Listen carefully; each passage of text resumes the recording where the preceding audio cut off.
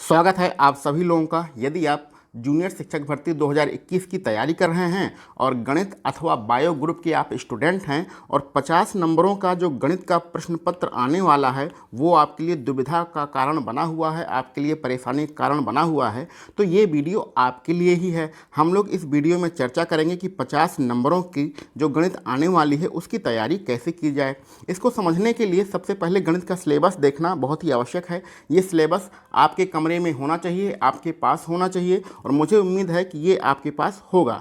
जैसे कि हमें गणित के सिलेबस में लिखा है, यहाँ प्राकृतिक संख्या हैं, पूर्ण संख्या हैं, परिमेय संख्याएं हैं, और इसके आगे यहाँ पर पूर्णांक कोष्टक। तो पूरा सिलेबस तो हम नहीं पढ़ेंगे, एक बार आप इस पूरे सिलेबस को देख लीजिए। इस पूरे सिलेबस में यहाँ पर जो पॉइंट लिखा है, अनुपात, समानुपात, प्रतिशत, साधारण ब्याज, चक्रवृद्धि ब्याज, लाभ हानि, ये बहुत ही ज़्यादा इम्पोर्टेंट टॉपिक है। तो ये जो आपने अभी तक पूरा सिलेबस पढ़ा है, देखा है, इसको समझने के बाद सबसे पहला मन में प्रश्न यही उठता है कि हम इस 50 नंबरों की गणित की तैयारी कहाँ से करें। तो आप एक चीज़ समझ लीजिएगा, उसी चीज़ के बारे में हम लोग यहाँ पर वीडियो में चर्चा करने वाले हैं कि इस 50 नंबरों का जो गणित का आपका प्रश्न पत्र आने वाला है, इसमें आपके जो यूपी बोर्ड में किताबें चलती हैं कक्षा 6 में और कक्षा 7 में और कक्षा 8 में जो बुक चलती है, उसी किताबों से आपको पढ़ना है। ये पूरा सिलेबस इसी बुक से ही लिया गया है और इसी बुक में दिया गया है। अपनी बात को प्रूफ करने के लिए चलते हैं हम लोग कक्षा 6, 7 और 8 की बुक। तो सबसे पहले हम लोग देखते हैं कक्षा आपने 6 की बुक है, ये कक्षा 6 नहीं, सॉरी, कक्षा 7 की बुक है। तो कक्षा 7 की बुक में हम लोगों का जो सिलेबस दिया गया था उसी के आधार पर हम लोग देखते हैं कि उत्तर प्रदेश में जो कक्षा 7 की बुक में चलती है उसमें क्या सिलेबस दिया गया है। तो चलिए हम लोग पाठ्यक्रम ही खोलते हैं।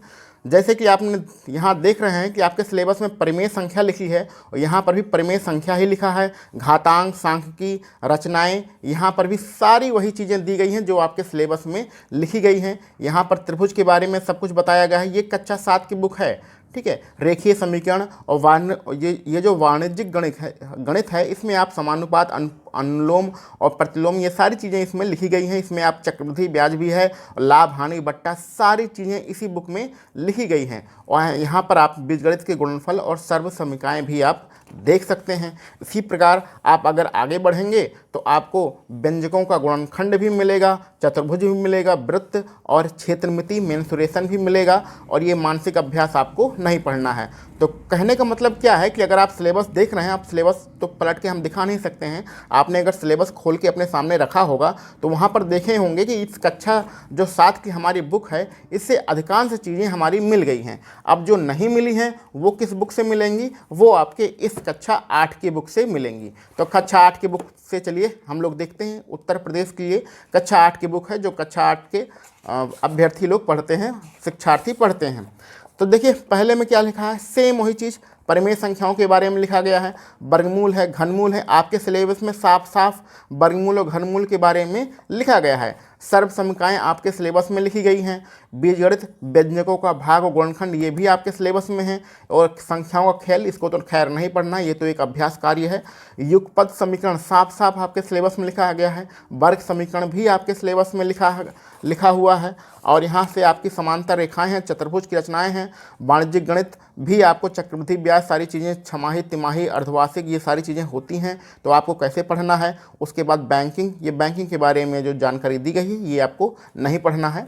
उसके बाद वृत्त, चक्रीय चतुर्भुज है, वृत्त की स्पर्श रेखाएं हैं, सांख्यिकी है। सांख्यिकी बहुत ज़्यादा इंपॉर्टेंट है, कम से कम आपके 7-8 नंबरों की आएगी सांख्यिकी।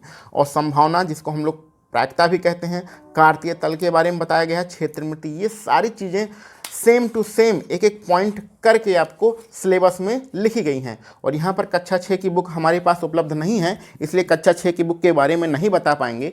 कक्षा 7 और 8 का ही हमने आपको सिलेबस दिखाया है और ये प्रूफ करने की कोशिश की है कि जो आपका 50 नंबरों का गणित आने वाला है वो सिर्फ और सिर्फ कक्षा 6, 7 और 8 की बुक से ही आएगा।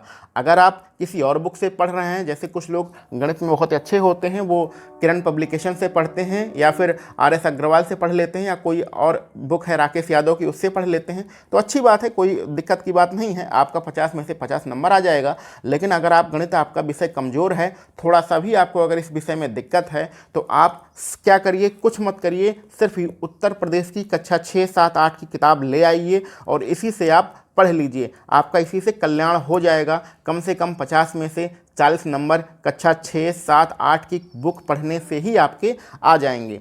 तो ज़्यादा परेशान होने की ज़रूरत नहीं है, सिलेबस देख के डरने की, घबराने की कोई ज़रूरत नहीं है। आप अपना बेसिक मजबूत करिए, और अगर आपका गणित विषय कमज़ोर है, आप बायो ग्रुप से बिलोंग करते हैं, तो यूपी बोर्ड की कक्षा 6, 7 और 8 की किताब ले आइए भैया, इसी में आपका कल्याण हो जाएगा। अगर आप गणित के टॉपर हैं, गणित आपको आती है, तो भाई ये वीडियो तो आपके लिए है ही नहीं, क्योंकि ये वीडियो उन्हीं के लिए बनाई गई है जिनको गणित विषय से डर लग रहा है। तो ठीक है, उम्मीद है सारी चीज़ें आपको क्लियर हो गई होंगी, समझ में आ गई होंगी। तो चलिए मिलते हैं हम लोग अपने अगले किसी वीडियो में। आप सभी लोगों को वीडियो देखने के लिए बहुत बहुत धन्यवाद।